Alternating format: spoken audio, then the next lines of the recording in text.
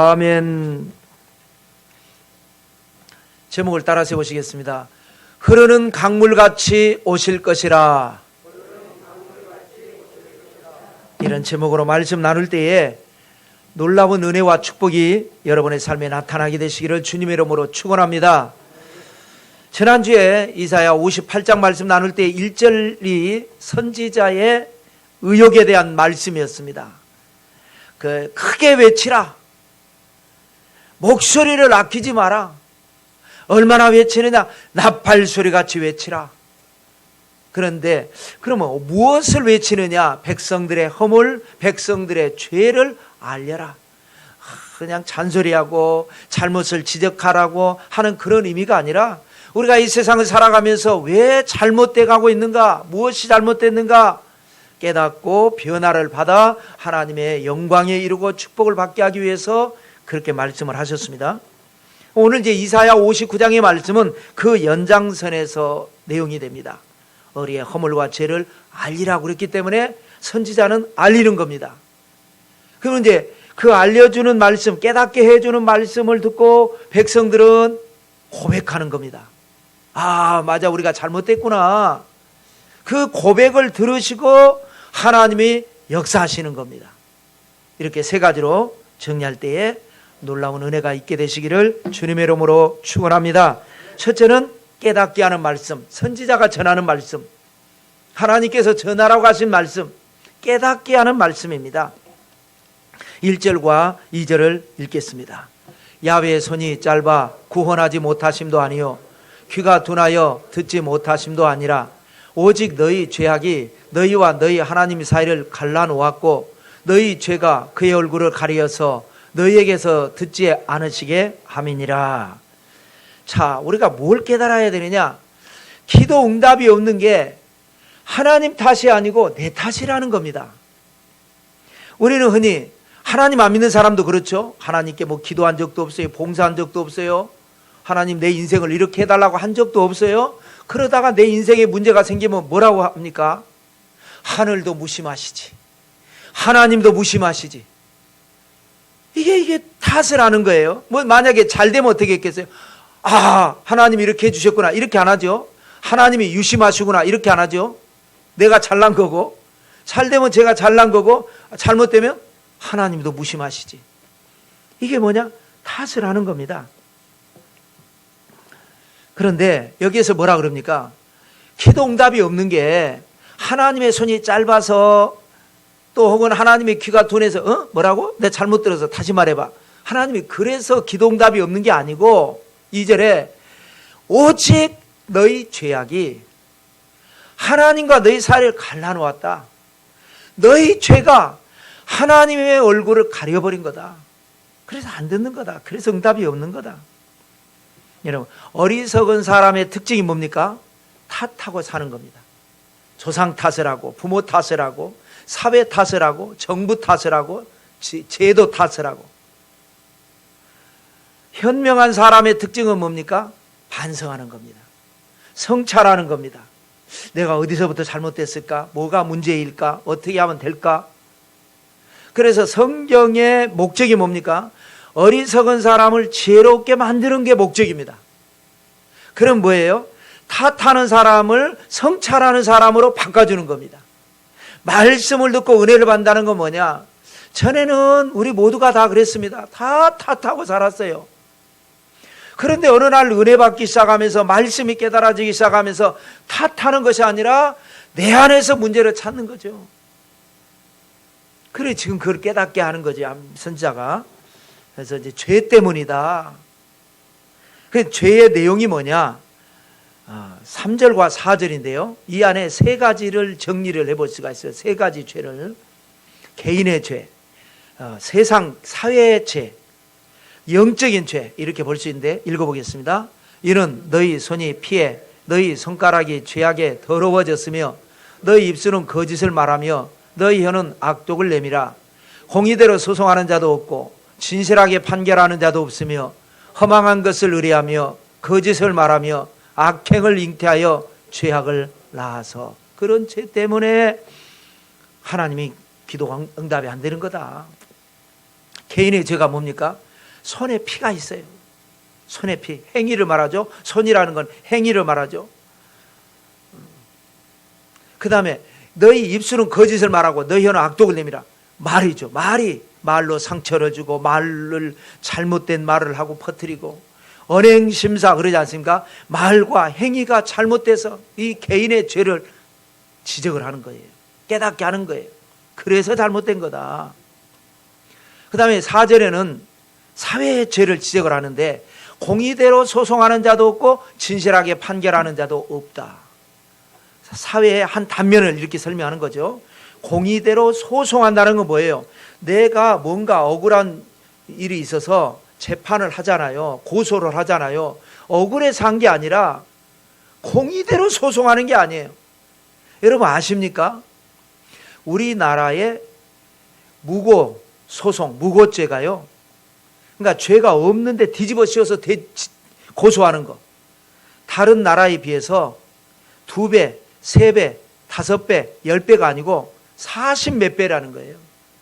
다른 나라들은 그렇게 하지 않는데 우리는 없는 죄를 뒤집어 써서 고소 고발을 건수가 그렇게 많다라는 겁니다. 다른 나라에 비해서.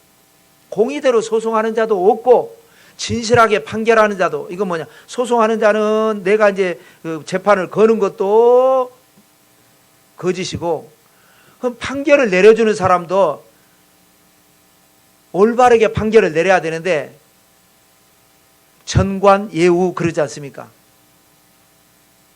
판사 출신 변호사를 비싼 돈 주고 쓰면 없던 죄가 생기고 있던 죄가 없어져 버리고 세상이 이렇게 잘못 흘러간다라는 거죠.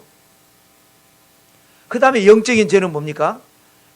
아랫부분에 보니까 허망한 것을 의뢰하며 거짓을 말하며, 아까 거짓을 말한다는 말이 나왔는데 그것은 개인의 죄고 이거는 영적인 죄를 말합니다. 허망한 것을 의뢰한다라는 게 뭐냐? 무속신앙, 점을 의지하고 굿을 의지하고 우상을 의지하고 허망한 것을 의뢰해요. 그랬더니 거짓을 말한다는 게 뭐냐? 그 허망한 것이 점쟁이가 거짓을 말을 해요. 거짓된 점괘를 말을 해요. 관상을 보고 미래를 어떻게 우리가 알 것이며 그를 거짓으로 말을 해요. 그럴듯하게. 이게 영적인 죄라는 거예요. 개인의 죄, 피가 있어요. 나쁜 짓을 해요. 말이나 행위가 나빠요. 사회의 죄, 공의대로 소송하는 자도 없고 진실하게 판결하는 자도 없어요. 영적인 죄, 거짓된 거, 헛된 것을 의지하고 하나님을 의지하는 게 아니라 거짓되고 헛된 걸 의지하고 또 그것이 거짓된 말을 그럴듯하게 해주니까 하고 또 산다는 거예요. 이런 죄 때문에 너희 기도가 응답이 되지 않는 것이다. 이렇게 말씀을 하고 있고 그 죄의 결과로 3가지가 또 나옵니다. 5절과 6절을 읽어보겠습니다. 독사의 알을 품으며 거미줄을 짜나니 그 알을 먹는 자는 죽을 것이요 그 알이 밟힌즉 터져서 독사가 나올 것이니라. 그 짠 것으로는 옷을 이룰 수가 없을 것이라. 3가지 결과인데 2가지예요. 여기는 5절에 뭡니까? 독사의 알을 품으니까 그 알을 먹는 자는 죽을 것이요. 죄의 결과는 죽을 것이요. 아담에게 뭐라고 그랬습니까? 선악을 알게 하는 나무의 실과는 먹지 말라. 먹는 날에는 정령 죽으리라. 그런데 그것을 어기고 먹어서 결국은 죽은 겁니다. 영혼이 죽은 겁니다. 영혼이. 육신은 살아있죠. 그런데 그 육신은 이제 한계가 있으면 죽는 거고 영혼이 죽은 거예요. 그 다음에 2번째 결과는 뭡니까? 그 짠 것으로는 아까 위에서 거미줄을 짠단 말이에요. 거미줄을 짜니까 그 짠 것을 가지고는 옷을 이룰 수가 없다. 이룰 수가 없다. 뭔 일을 우리는 한다고 하는데 계획을 세우고 성취를 하기 위해서 노력을 하고 앞을 향해 나가는데 이루어지지를 않는 거예요. 왜? 죄가 있으니까. 거미줄 짜는 것과 같다는 그 죄를 짓는 것은. 그를 깨닫게 해주는 말씀이죠. 그 다음에 또 하나의 결과가 있죠. 그거는 8절입니다. 읽겠습니다. 그들은 평강의 길을 알지 못하며 그들이 행하는 것에는 정의가 없으며 굽은 길을 스스로 만들하니 무릇 이 길을 밟는 자는 평강을 알지 못하느니라. 평강의 길을 알지 못하며 평강을 알지 못하느니라. 죽을 것이요 이루지 못할 것이고 사는 동안에 평강이 없다라는 거예요. 평강이 죄로 말미암아. 우리는 예수님을 믿음으로 말미암아 하늘이 무너지고 땅이 꺼져도 뭐 백주에 항백케 하는 파멸이 있고 흑암중 행하는 연병이 있을지라도 예수님 안에서 우리는 평안을 누리고 사는 겁니다. 그러나 예수님이 없는 세상을 나가보면 평강을 알지 못해요. 평강이 없는 것뿐만이 아니라 자체를 알지 못합니다. 아웅다웅하고 쫓기고 살고 불안해서 살고 두렵게 살고 염려하고 살고, 이걸 이제 세상을 그렇게 말하는 겁니다. 세상. 자, 두 번째로는 깨닫고 고백하는 말씀. 백성들이 하는 겁니다. 그러니까 깨달으라고 하신 말씀, 그 말씀을 듣고 깨달아서 고백하는 말씀, 내용은 같은 거예요. 표현이나 단어는 같지는 않지만 의미는 같은 겁니다. 여러분, 내용은 같은데 왜 굳이 이렇게 기록을 해놨을까? 이게 중요한 거예요. 왜냐하면 같은 말이라도 누가 했느냐가 중요합니다. 선생님이 학생에게 어떤 본인이 알지 못하는 열등감에 빠진 애들한테는 자존감을 심어줘야 되니까 칭찬을 해야 되겠죠. 또 너무 또 잘난 척하면 또 너의 잘못된 점도 또 가르쳐주고 깨닫게 해야 되겠죠. 선생님이 해준 말, 그 똑같은 말을 애가 아 그래요? 하고 본인이 아 그렇구나, 나는 이런 애구나 라고 말을 하면 똑같은 말이잖아요. 넌 착한 애야, 너 가능성 있는 애야. 아 그래요? 나는 가능성이 있구나. 똑같은 말이지만 선생님이 한 말과 내가 한 말의 의미가 중요하죠. 내가 받아들이는 말, 판사가 너는 너의 죄가 엄중함으로 몇 년 꽝꽝꽝 그랬을 때 대부분의 죄수들은 웃기고 있네 이렇게 받아들인 것과, 어떤 피고인은 아 내가 이거 잘못한 거구나, 이게 엄중하구나, 판사님이 엄중하다고 그러고 내가 엄중하구나, 내가 왜 인생을 이렇게 살았을까, 아주 의미가 다른 거죠.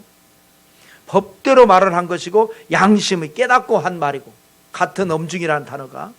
그러니까 이 깨닫고 고백하는 백성들의 말이 중요한데, 아까와 같다 그랬죠. 패턴도 같습니다.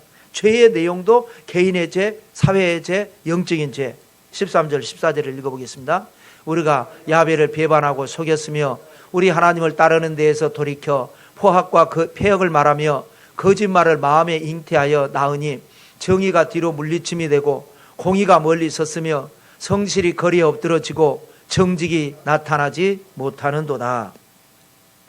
순서를 좀 아까 순서와 그대로 맞춰서 하면, 개인의 죄를 먼저 말하면 아까 선지자는 개인의 죄가 뭐라 그랬어요? 손이 피를 흘리고 입술은 거짓을 말한다 그랬잖아요. 이 백성들은 뭐라고 합니까? 13절 중간에 보면 포악과 폐역을 말하며 거짓을 마음에 잉태했다. 우리가 이 개인의 죄를 깨닫고 아 우리가 이렇게 살았구나, 우리는 뭐 목표를 향해서 열심히 산다고 산 것이 그것이 결국은 포악이고 폐역이고 거짓이었구나 하고 깨달은 겁니다. 그 다음에 사회의 죄는 선지자가는 뭐라고 그랬습니까? 공의대로 소송하는 자도 없고 진실되게 판결한 자가 없다. 한 단면을 얘기한 거죠. 사회의 한 단면을. 백성들은 뭐라고 그럽니까? 14절에 정의가 뒤로 물리침이 되고 공의가 멀리 섰다. 같죠? 의미가. 또 선지자는 영적인 죄에 대해서 허망한 것을 의뢰하고 거짓을 말한다. 무당을 찾아가고 사주를 보고 관상을 보고 점을 보고 또 점쟁이가 거짓을 말을 하고, 하나님을 의지하는 것이 아니라 하나님의 말씀을 통해서 우리가 미래를 향해 나가는 것이 아니라 무속신앙을 따르는 것을 지적을 했는데, 여기 백성들은 13절 초반에 우리가 야벨을 배반하고 속였으며 우리 하나님을 따르는 데서 돌이켰다. 하나님을 믿고 하나님을 따라야 되는데 무속을 믿고 무속을 따랐다. 이렇게 표현한 겁니다. 또 여러분, 단적으로 이사야 선지자의 시대는 지금 우리로부터 2000년 하고도 700년 혹은 800년 전의 인물입니다. 그 옛날 그 시절에도 얼마나 세상이 타락했는지, 또 앞으로 또 얼마나 세상이 타락할 것인지 한마디로 한번 이걸 볼까요? 15절입니다. 읽겠습니다. 성실이 없어짐으로 악을 떠나는 자가 탈취를 당하는도다. 악을 떠나는 자가 잘 돼야 되잖아요. 아, 내가 잘못 살았구나. 아, 이제부터 나는 이 범죄 조직에서 손을 씻겠습니다. 악을 떠나는 자가 잘 돼야 되는데 오히려 탈취를 당해요. 왜? 성실이 없어지고. 세상이 좋은 세상이 아니라 나쁜 세상이 되므로 그런 세상이 된다라는 거예요. 갈수록 악해진다라는 거죠. 그 결과, 죄의 결과도 또 세 가지입니다. 10절과 11절을 읽겠습니다. 우리가 맹인같이 담을 더듬으며 눈 없는 자같이 두루 더듬으며 낮에도 황혼때같이 넘어지니 우리는 강장한 중에서도 죽은 자 같은지라. 우리가 곰같이 부르짖으며 비둘기같이 슬피 울며 정의를 바라나 얻고 구원을 바라나 우리에게서 멀도다. 죄의 결과도 선지자의 말과 같이 백성들의 고백도 비슷합니다. 아까 자, 이게 먼저 우리가 맹인같이 담을 더듬는다. 맹인같이 담을 더듬는다. 그런 삶을 살았다. 앞이 안 보이니까 뭘 해도 안 되는 거예요. 아까 선지자는 뭐라 그랬습니까? 이룰 수 없을 것이다 라는 말과 맥이 같이 합니다. 이룰 수가 없어요. 뭔가를 시작을 했으면 이거를 이루어내야 되는데 앞이 안 보이니까 맹인과 같이 덧없는 삶을 지금까지 우리가 살았구나. 또 11절에는 우리가 곰같이 부르짖는 삶을 살았다. 이건 뭡니까? 곰은요 힘이 셉니다. 그러나 미련해요. 그래서 죽는 겁니다. 그래 죽을 때 부르짖는 겁니다. 아까 죽을 것이요 그랬지 않습니까? 죄로 말미암아 결국은 우리는 죽는 겁니다. 그 다음에 또 비둘기같이 슬피 우는 삶을 살았다는 거예요. 힘이 약한 비둘기는 늘 평안이 없습니다. 평안이. 바시락 소리만 나도 놀래가지고 비둘기는 겁이 많아가지고 평안이 없습니다.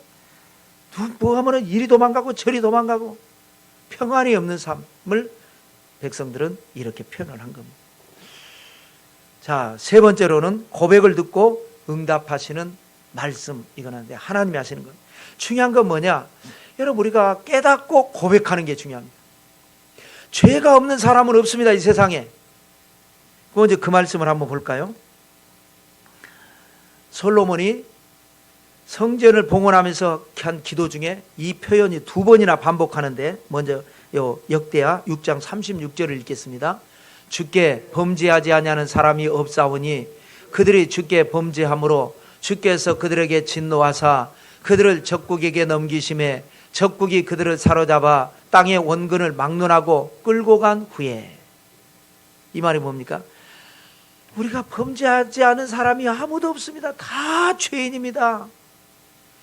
죄를 지어서 하나님이 진노하셔서 그래서 우리가 적국에게 넘겨지면 그러면 우리가 원근 멀기 가든지 가깝게 가든지 차이가 있지 어딘가로 우리가 끌려간다면 우리 자손들이 그렇게 된다면 끌려간 그곳에서 이 성전을 향해 회개하고 기도하거든 하나님께서 우리의 죄를 용서하시고 우리 자손들의 죄를 용서하셔서 그곳에서 다시 돌아오게 해주십시오.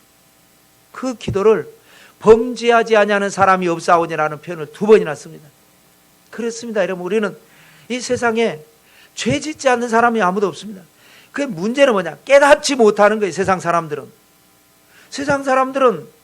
내가 무슨 사람을 죽여서 무슨 내가 뭐 사기를 쳤어, 내가 무슨 뭘 잘못했다고 나보다 자꾸 죄인이라고 그래. 이 여러분 깨닫지 못하는 거예요. 그래서 왜 그러냐? 영이 죽어 있기 때문에 그런 겁니다. 그러니까 아무리 얘기해도 영적인 이야기를 이해를 못하는 겁니다. 그런데 우리는 예수님을 믿어서 교회를 다니는 게 뭐냐? 우리도 물론 같은 죄인이고 우리도 늘 죄 짓고 삽니다. 어떤 개인차가 다 있는데 어떤 경우는 예수님 안 믿는 어떤 참 그 인격이 훌륭한 사람보다 내 인격이 더 나는 예수님 믿지만 내가 아직까지 인격이 부족할 수도 있어요. 그러나 예수님을 믿는 우리는 영이 살아있고 살아있으니까 말씀이 깨달아지고 깨달아지니까 교회를 다니고 그러는 겁니다. 그래서 우리는 말씀을 듣고 깨달으면 회개하고, 내가 또 잘못했구나, 하나님 용서해 주십시오. 예수님의 십자가의 은혜로 나의 모든 죄를 씻으시고 나의 모든 병을 고치시고 내 생명을 파멸해서 구속해 주시고, 그래서 구원을 받는 겁니다. 근데 죄를 깨닫지도 못하는데 구원받을 수가 없죠. 본인이 죄인이 아니라는데 용서받을 그 자체가 성립이 안 되는 겁니다. 그래서 이제 우리가 좀 그렇다고 해서 우리가 다 깨닫는 것도 아닙니다. 조금씩 깨달아지는 겁니다. 자, 그러면 하나님이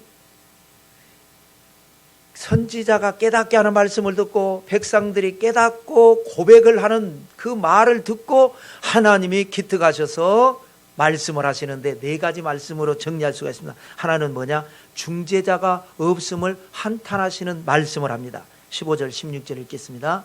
야훼께서 이를 살피시고 그 정의가 없는 것을 기뻐하지 아니하시고 사람이 없음을 보시며 중재자가 없음을 이상히 여기셨으므로 자기 팔로 스스로 구원을 베푸시며 자기의 공의를 스스로 의지하사. 여러분, 이게요 아주 중요한 말씀입니다. 아주 그 중요한 그 터닝 포인트가 되는 겁니다. 이사야는 메시아 예언에 가장 많은 예언을 했다 그랬죠. 예수님 메시아를 예언을 하고 있는 거예요 지금. 근데 지금까지 4,000년 동안, 구약 4,000년 동안을 하나님께서 우리 스스로 율법을 주셨어요. 율법을 통해서 우리 스스로 의롭게 될 수 있는가 해보라고. 아무리 우리가 제사를 드리고 정성을 드려도 우리는 여전한 죄인입니다. 안 됩니다. 안 되니까 하나님이 직접 오셔서 우리의 죄를 대신해서 속하시고 믿는 자들을 구원하시는 생명의 성령의 법을 세우신 겁니다. 그 얘기를 지금 하려고 하는 겁니다. 그래서 너희가 정의가 없고 공의가 없고 세상이 잘못됐는데 그 잘못된 게 중요한 게 아니다. 이제 보니까 16절에 사람이 없음이 이게 문제다. 어떤 사람? 중재자가 없는 게 문제다. 그래서 이제 중재자가 되시는 예수님이 오신다. 그 얘기를 하려고 지금 이렇게 말씀을 이어가는 겁니다. 여러분, 우리는 바이러스에 감염이 되면, 나는 아닌데 바이러스에 감염되면 우리는 열이 오르고 병이 생기고 그러는 겁니다. 죄의 바이러스에 우리는 감염이 된 상태에서 태어난 겁니다. 그래서 죄인이 아닌 사람이 없는 겁니다. 그래서 우리는 하나님과 원수예요. 왜? 하나님이 하지 말라고 한 것을 아담이 거역하고 말씀을 거역하고 대적하고 선악과를 따먹었다는 게 과일 하나 따먹은 것 같고 이 온 인류를 이렇게 한 게 아니라 하나님을 대적한 것, 그걸 설명한 거거든요. 그럼 하나님과 원수예요, 인간은. 그래서 중보자가 필요해요. 로마서 5장 10절을 읽어볼까요? 곧 우리가 원수 되었을 때에 그의 아들의 죽으심으로 말미암아 하나님과 화목하게 되었은즉 화목하게 된 자로서는 더욱 그의 살아나심으로 말미암아 구원을 받을 것이니라. 우리가 원수인데 누구하고? 하나님과요. 철천지 원수, 불구대천, 그런 원수인데 예수님의 십자가에서 죽으심으로 말미암아 우리 죄값을 지불하고 화목하게 됐다. 그래서 구원을 받는다라는 거예요. 죄가 있어서 없어서 이건 중요한 게 아니에요. 어차피 죄는 없어지지 아니하는 것이고 죄는 있는 것이니까 죄값을 지불한 십자가의 능력으로 누구든지 믿는 자마다 멸망하지 않고 영생을 얻으리라. 그래서 우리가 구원받는 거예요. 근데 이제 세상 사람들이 영적인 진리 모르니까 교회 다닌 사람들 말이야 저거 하지만, 그래 어차피 나도 죄인이고 당신들도 죄인이고 죄인 아닌 사람이 없다. 우리 행위로서는 구원받을 수 없고 십자가의 능력으로 우리는 믿음으로 구원을 받는 것이다. 그래서 한탄을 뭘 한탄해? 중재자가 없음을 한탄하시고 난 다음에 언약을 세우시는데 이 순서를 바꿔서 제가 정리한 겁니다. 마지막 절 21절을 읽겠습니다. 야훼께서 이르시되 내가 그들과 세운 나의 언약이 이러하니 곧 내 위에 있는 나의 영과 내 입에 둔 나의 말이 이제부터 영원하도록 내 입에서와 내 후손의 입에서와 내 후손의 후손의 입에서 떠나지 아니하리라 하시니라. 야훼의 말씀이니라. 자, 예수 그리스도에 대한 언약입니다, 이 말씀이. 근데 아직도 구체적으로 말씀하지는 않죠. 예수님에 대한 말씀이. 하나님의 언약을 세우셨다는 거예요. 누구에게? 아브라함에게. 그 다음에 아브라함이 죽고 나니까 이삭에게, 이삭이 죽고 나니까 야곱에게, 야곱이 죽고 나니까 야곱의 12지파를 통해서 유대인들에게. 그런데 유대인들이 예수님이 오셨는데 안 믿으니까 이제 이방인들을 접을 붙여가지고 이방인들에게, 나중에 이제 하나님의 때가 되면 유대인들도 접을 붙여서 모든 믿는 자들이 구원받는 하나님의 나라를 완성하실 것입니다. 이것이 언약인데, 구원을 위해서 언약을 세우셨는데, 내 위에 있는 나의 영광, 내는 누구냐? 우리입니다. 모든 사람, 우리 위에 뭐가 있냐? 하나님의 영이 있는 겁니다. 하나님의 영. 그래서 깨닫는 겁니다. 세상 사람들에게는 그게 없는 거예요. 그래, 영이 죽어있기 때문에 깨닫지 못하는 거예요. 그래서 우리가 기도하면 어느 때에 어느 날 사울이 변하여 바울이 되는 것처럼 어느 날 깨닫는 역사가 일어나는 거예요. 그러니까 아무리 얘기해도 하나님의 영이 없는 사람과 하나님의 영이 있는 사람은 대화가 안 되는 거예요. 그런데 하나님은 시간을 두고 택한 백성들이 다 구원받기 위해서 이제 깨닫게 하시는 거예요. 이제 절차가 있는 것이지. 내 위에 있는 하나님의 영. 그 다음에 내 입에는 뭐가 있냐? 하나님의 말. 그래서 우리는 입을 벌리면 뭐 해야 돼요? 내 말 하지 말고 하나님의 말씀을 하게 되시기를 주님의 이름으로 축원합니다. 아버지가 자녀들에게 잘 되라고 해준 말이 오히려 안 좋은 말이 되기가 쉬운 게 뭐냐면, 내가 인생을 살아보니까 그렇더라, 내 말입니다. 실패한 말, 나도 상처받았던 말, 그것이 오히려 자녀들의 앞길에 안 좋을 수가 있습니다. 내 입을 열어서 하나님의 말을 해야 됩니다. 그래야 아이들이 꿈을 가지고 비전을 가지고 자신감을 가지고 나아가서 승리할 수가 있는 거예요. 내 위에 뭐가 있다고요? 하나님의 영이 있습니다. 내 입에 뭐가 있다고요? 하나님의 말이 있습니다. 그래서 이것이 영원한 언약이라서 내 입에서, 그 다음에 내 후손의 입에서, 내 후손의 입에서 떠나지 아니하는 영원한 언약. 이것이 구원의 언약이고 십자가의 언약이고 진리의 언약이 되시는 겁니다. 그래서 이제 예수님에 대해서 얘기하려고 지금 아직까지는 예수님에게 구체적으로 안 하고 아주 중요하면서도 말씀을 이어가고 있는 거죠. 자, 그런데요, 중요한 것은 끝부분을 좀 언급을 하고 가야 될 부분이, 자, 언약인데, 그 다음에 세 번째는, 그러니까 우리가 하나님이 한탄하시고 언약을 세우시고, 세 번째로는 그 언약을 이루기 위해서 찾아오신다 라는 말씀이 있습니다. 드디어 이제 예수님이 나오는 거예요. 19절 20절을 읽겠습니다. 서쪽에서 야훼의 이름을 두려워하겠고 해돋는 쪽에서 그의 영광을 두려워할 것은 야훼께서 그 기운에 몰려 급히 흐르는 강물같이 오실 것이미로다. 야훼의 말씀이니라. 구속자가 시온에 임하며 야곱의 자손 가운데 저 죄과를 떠나는 자에게 임하리라. 서쪽에서 두려워하겠고 해돋는 쪽이 어디예요? 동쪽이죠. 동쪽에서도 두려워한다라는 거예요. 동서양에 놀라운 역사가 일어난다라는 거예요. 그게 뭐냐? 야훼께서 19절 뒷부분에 보면 야훼는 하나님이시죠. 하나님이 그 기운에 몰려 급히 흐르는 강물같이 오실 것이다.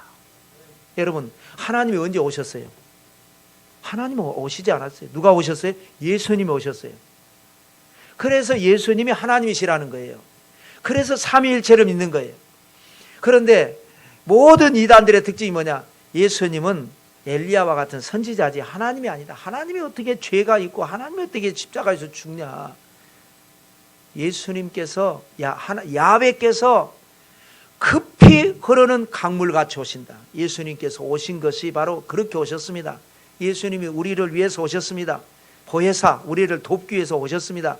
예수님께서 이제 사망 것을 이기시고 부활하시고 가신다고 하니까 제자들이 주님 가시면 우리는 어떻게 해요? 걱정하지 마라. 내가 가면 또 다른 보혜사가 너희에게 와서 너희를 도와줄 것이다. 나는 처음 보혜사고 이 성령은 다른 보혜사.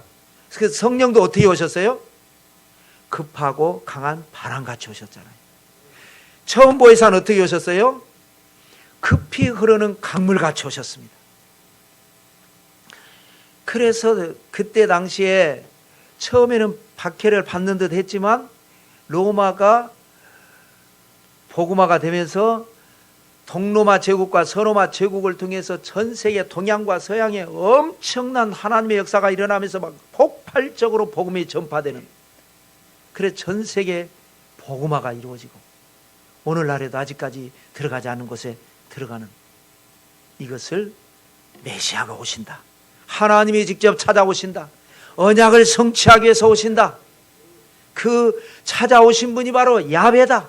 우리는 예수님이 오셨는데 그 예수님이 야훼 성부 하나님이시고 성부 하나님이 성자 예수님이시고 성자 예수님이 또 다른 보혜사 성령이시고, 그래서 삼위가 일체고 이 셋이 하나이니라 깨닫는 여러분 되시기를 주님의 이름으로 축원합니다.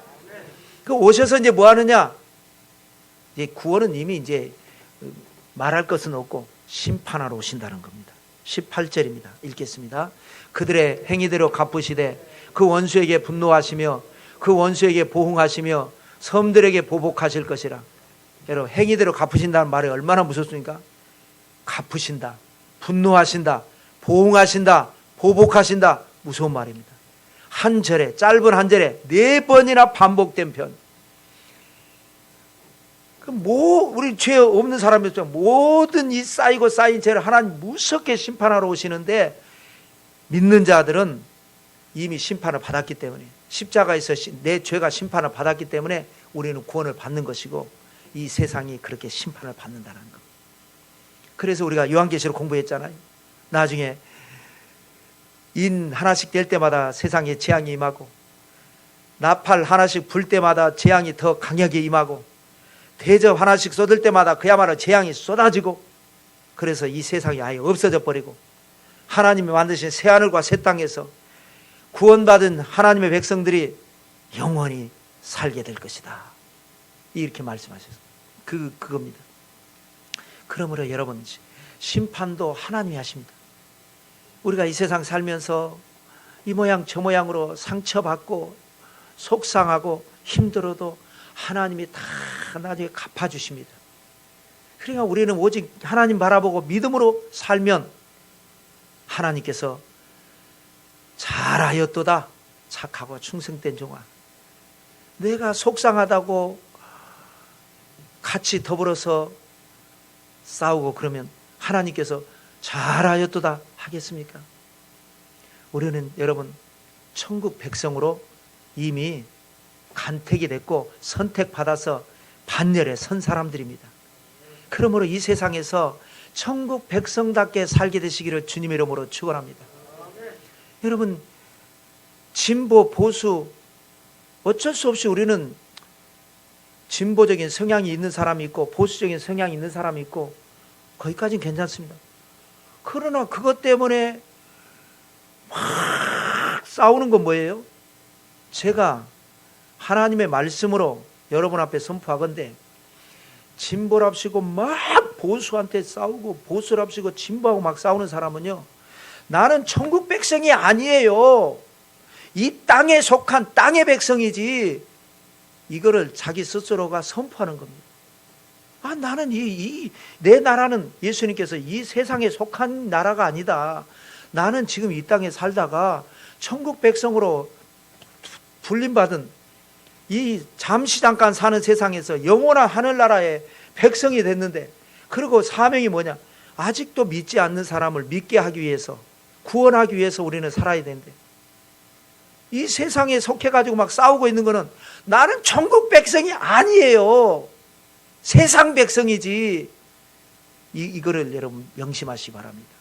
왜냐? 목사님들 중에서 마이크 잡고 막 교회에서 자기하고의 반대되는 진보 혹은 반대되는 보수에 대해서 쌍욕을 하고 하는데, 그러면 그 목사님은 누구를 구원하는 거예요? 구원할 수 없잖아요. 하나님은 세상을 이처럼 사랑하셨다 그랬어요. 세상이 어떤 세상이에요? 썩은 세상, 하나님을 대적하는 세상, 죄악된 세상, 그 죄악된 세상을 이처럼 사랑하사 독생자를 주셔서 누구든지 믿기만 하면 구원을 얻게 하시는 생명의 성령의 법을 세우셨는데, 우리는 하늘나라 백성으로서 이 땅에 살면서 뭐 살다 보니까 나는 내 성향이 진보일 수 있고 보수일 수 있지만, 그러나 나는 적당한 선에 사고 우리는 이 세상을 구원하기 위해서 살아야 되는 것입니다. 그래야 천국 백성이 되는 겁니다. 왜냐하면 목사님들 중에서 막 그렇게 강하게 하고 자기하고 뜻을 같이 하지 않는 교회나 목사님을 막 욕하고, 나 그 영상 보고 깜짝 놀랐어요. 그 성도님들 중에서는 또 그런 쪽에 피리 꽂힌 분들은 왜 우리 목사님은 이쪽에 서지 않나 저쪽에 서지 않나. 그러니까 제가 강하게 말씀드립니다. 여러분, 천국 백성이라면 세상에 좌로도 치우치지 말고 우로도 치우치지 마시기를 축원합니다. 좌는 뭐예요? 진보가 좌예요. 진보 좌파 그러잖아요. 우는 뭐예요? 보수 우파 그러잖아요. 성경에 좌로나 우로나 치우치지 말라 그러는데 왜 치우쳐요? 왜 하나님을 말씀을 거역해요? 어느 성향은 있지만 나는 천국 백성이지 이 세상에 치우치는 사람이 아니다. 여러분들이 어느 정도 좀 치우친 것까지 내가 상관 안 하겠지만, 자기 담임 목사에게 왜 우리 목사님은 이쪽에 서지 않나 저쪽에 서지 않나, 이거에 대해서 하기 위해서 강하게 말씀드렸습니다. 여러분은 어느 백성이라고요? 천국 백성입니다. 하나님 백성입니다. 하나님께서 여러분에게 지금 뭐 아직 응답 못 받은 것도 있고 힘든 것도 있을지라도 때가 되면 하나님께서 여러분의 모든 수고와 그 고난을 보시고 좋은 것으로 갚아주실 겁니다. 그 믿고 믿음으로 승리하시기를 성부와 성자와 성령 이름으로 축원합니다. 우리 말씀 생각하시면서 기도하고 나라와 민족을 위해서 기도하겠습니다.